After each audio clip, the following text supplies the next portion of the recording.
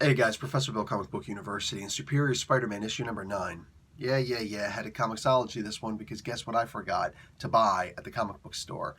And it's annoying because the comic books that I usually forget to buy are the ones that I enjoy having a physical copy for. So much like I wound up doing with Champions a bunch of times, now I got to go back and I got to get this comic book from the comic book store.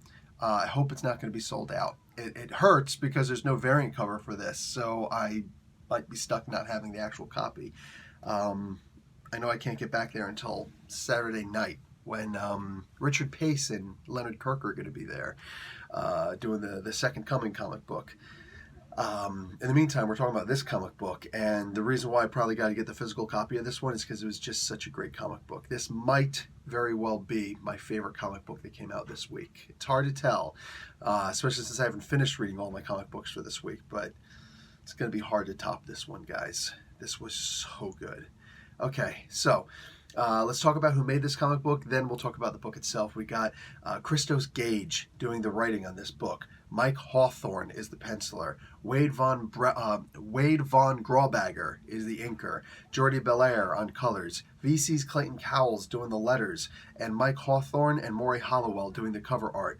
Anthony Gambino is the designer. And Spider-Man, who actually appears in this, the original Spider-Man Actual, was created by Stan Lee with art by Steve Ditko. Look, man, this issue, it was real and it spoke from the heart. You know what I'm saying? And it spoke to my heart. You've got Otto Octavius getting the keys to the city of San Francisco, the city that he protects, because he saved the city against Terrax, a very similar threat. You know what I'm saying? There's a former herald of Galactus. This guy's no freaking joke.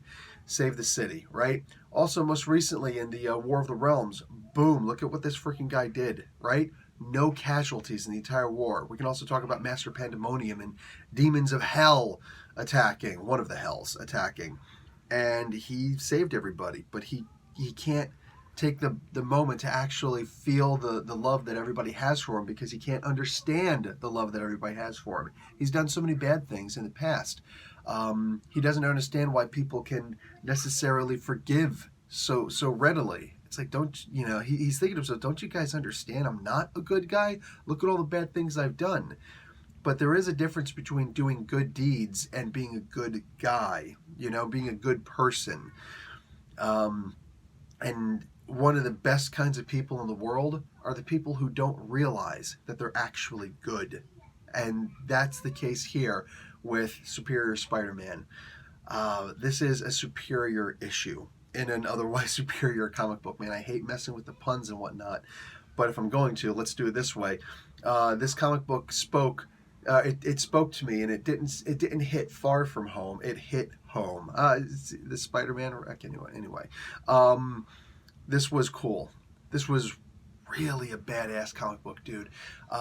Emma and Anna Maria both acknowledge that he's doing a great job, and while he might not be where he wants to be yet, he's on the right path. He's doing a fantastic job. People do believe in him for a reason. I'm digging the way that he and Spider-Man just swung through the city, just chilling, just talking, and it was brief because Peter Parker knows that it's got to be brief with Otto. Like, you don't want to have a conversation with me. You don't like me. And to be honest, I don't really like you too much. Because both of these characters, although they're put down on paper and with ink and colors and whatnot, they're real. These two characters are extremely real. Nobody relates to characters who aren't real. And I can relate to this character in such a major way. This guy had not a nervous breakdown at one point in this comic book. I'm talking about Otto Octavius.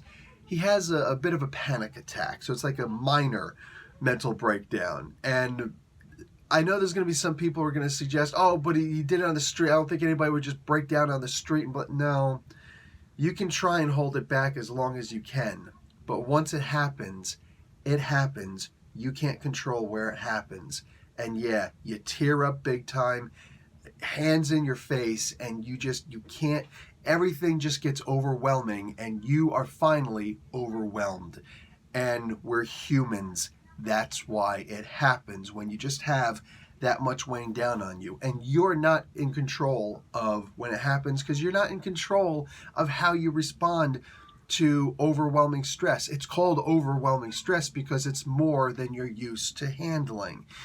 As somebody who's studied psychology for as long as I have, granted amateur, I've never gotten paid for what I do, though I probably should.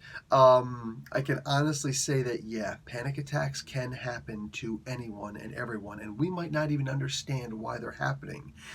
It's one of the reasons why it's called overwhelming stress. This was such a real issue, man. Such a real comic book. It's rare to get stuff like this. Superior Spider-Man, Otto Octavius was really holding off, and you gotta look at the art to understand more. I mean, this is where people like Hawthorne and Grawbagger and Belair, they really hit home with this, man, because if you know, there are certain parts in here that maybe you won't notice unless you're actually looking for them, like I was.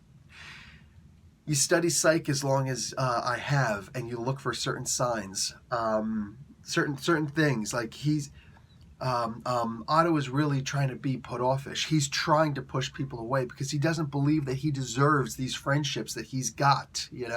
He wants to be with Anna Maria, but he doesn't deserve her, and he knows this, and he loves her enough to give her that space, to give her that room. Maybe Emma is just a temporary thing. Maybe she'll wind up being something more. I kind of hope she does turn out to be something more, because she's very selfless. She's very human still. She's not like, oh, nobody's gonna, put herself out like that, as much as she. No, she also withdrew a lot also, but she is older. She does understand that you don't just walk away from somebody who you've known for a little while and you know that they're better than the way that they're acting right now.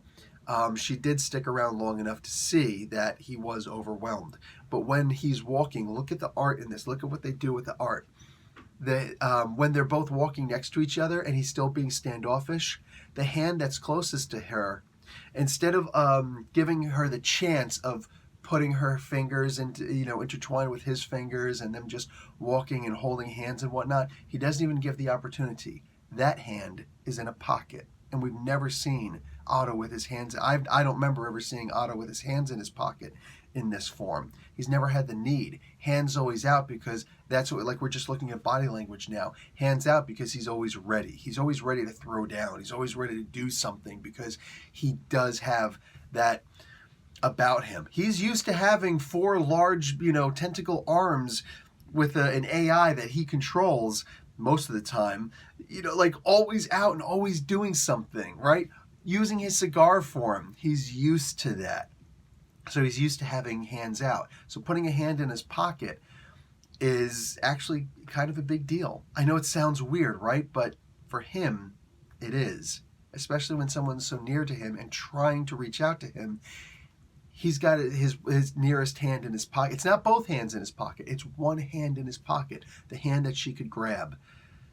This, on so many levels, like, this comic book has layers, all right? This reminds me of the conversation with Shrek and Donkey in the first Shrek movie. There's layers, all right? Just layers. I love this comic book, man. You guys have got to be on this comic book. You got to go out and check out this comic book. Get the previous trade if you got it. Get the individual floppies if you can. Grab this comic book, dude. This is, I'm telling you, this is going to go down as one of those big deals. And we're in the middle of it right now. We live during this time. All right, Professor Bill, Comic Book University. Class dismissed.